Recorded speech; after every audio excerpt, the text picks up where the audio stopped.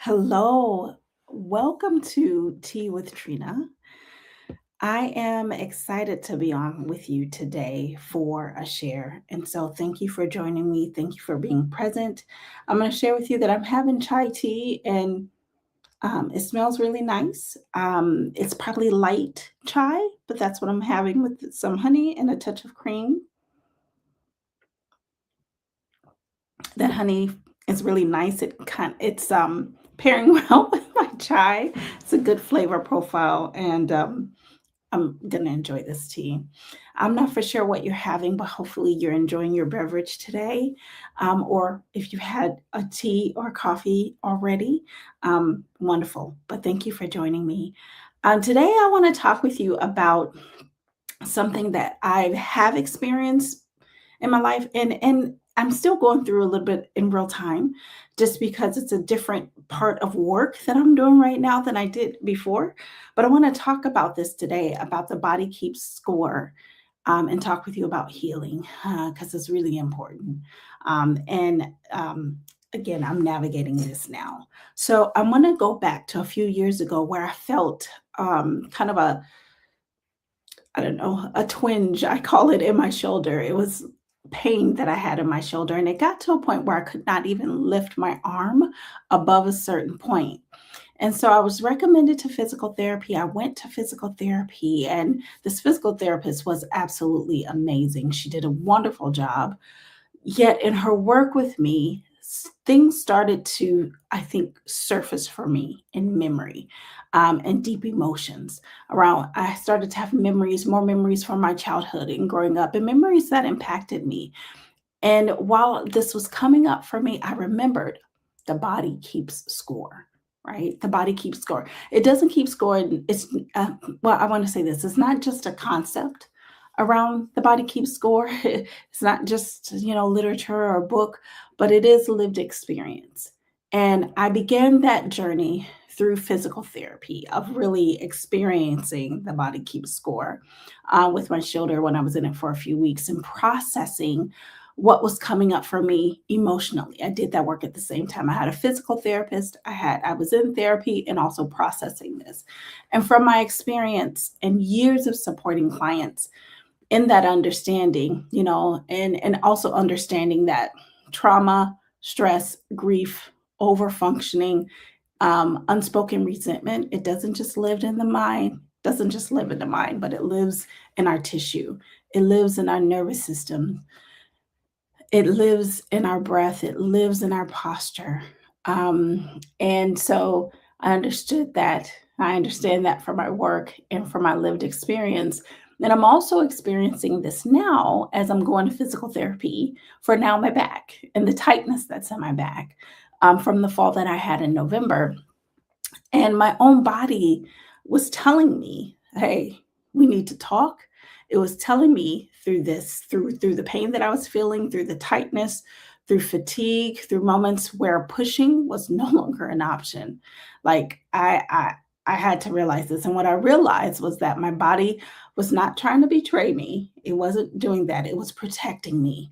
My muscles had become so tight to protect me. It was really holding what I had not fully processed, right? So I had to start the journey of healing on multiple levels. Physical therapy, slowly retraining my muscles that have been like so tight and bracing me for years, but really kind of got a little bit more tight after that fall to try to, save me from hurting myself too much. Also the therapy and creating space to like emotionally process transitions, grief, relationship shifts, and shifting of old narratives. And I also had to do intentional emotional processing by allowing myself to actually feel, to actually remember, to think about, to feel what I had historically powered through.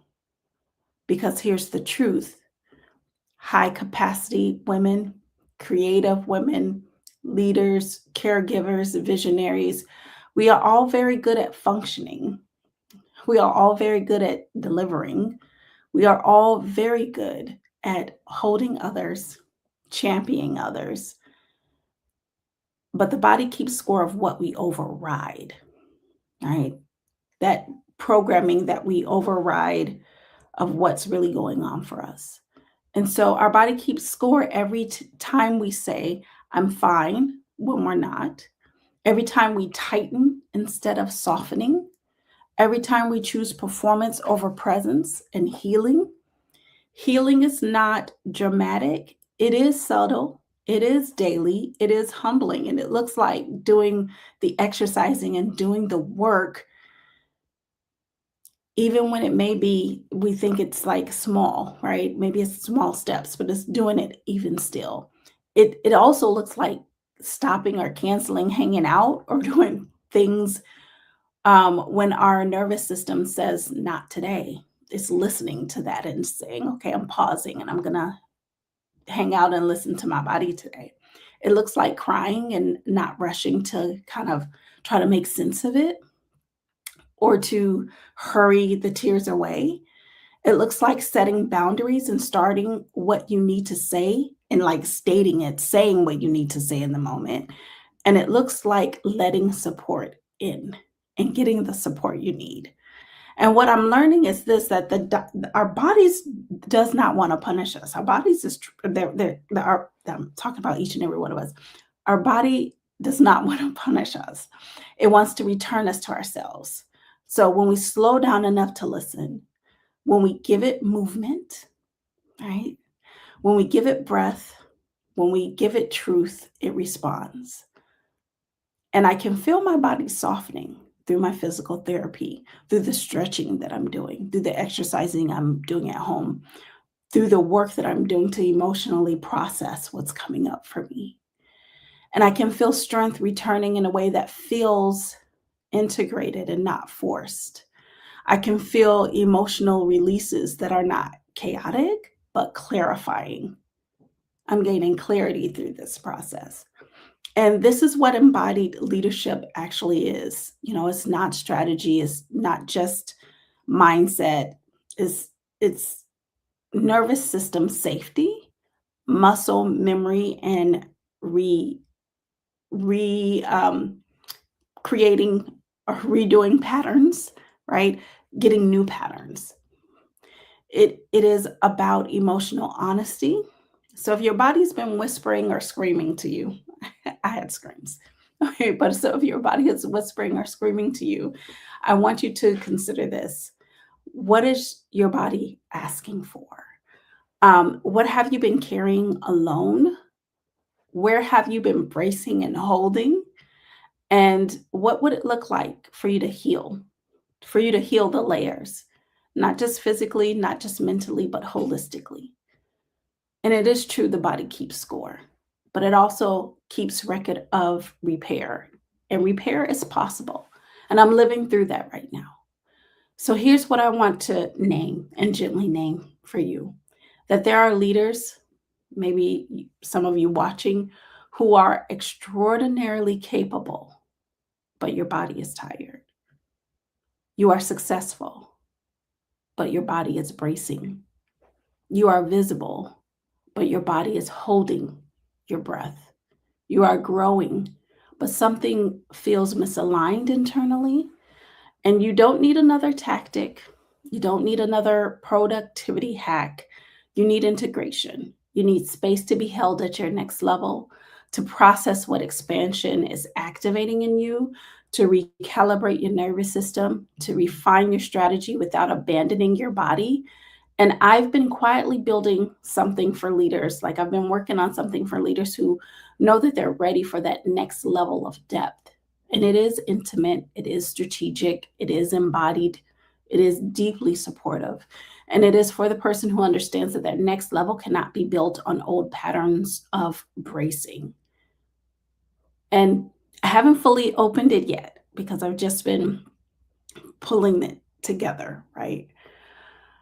But if this conversation, what I shared with you for this tea with Trina, resonates with you, if you feel your body exhale when you hear this from me, and if you know that you're ready to lead without self abandonment, I want you to send me a message. Just say integrated. Because I'm gathering folks, I'm having conversations, I'm listening, and I'm paying attention. because it is true that the body keeps score. And it is also true that the body keeps record of repair. And repair changes everything. So I wanted to share this with you for this tea with Trina.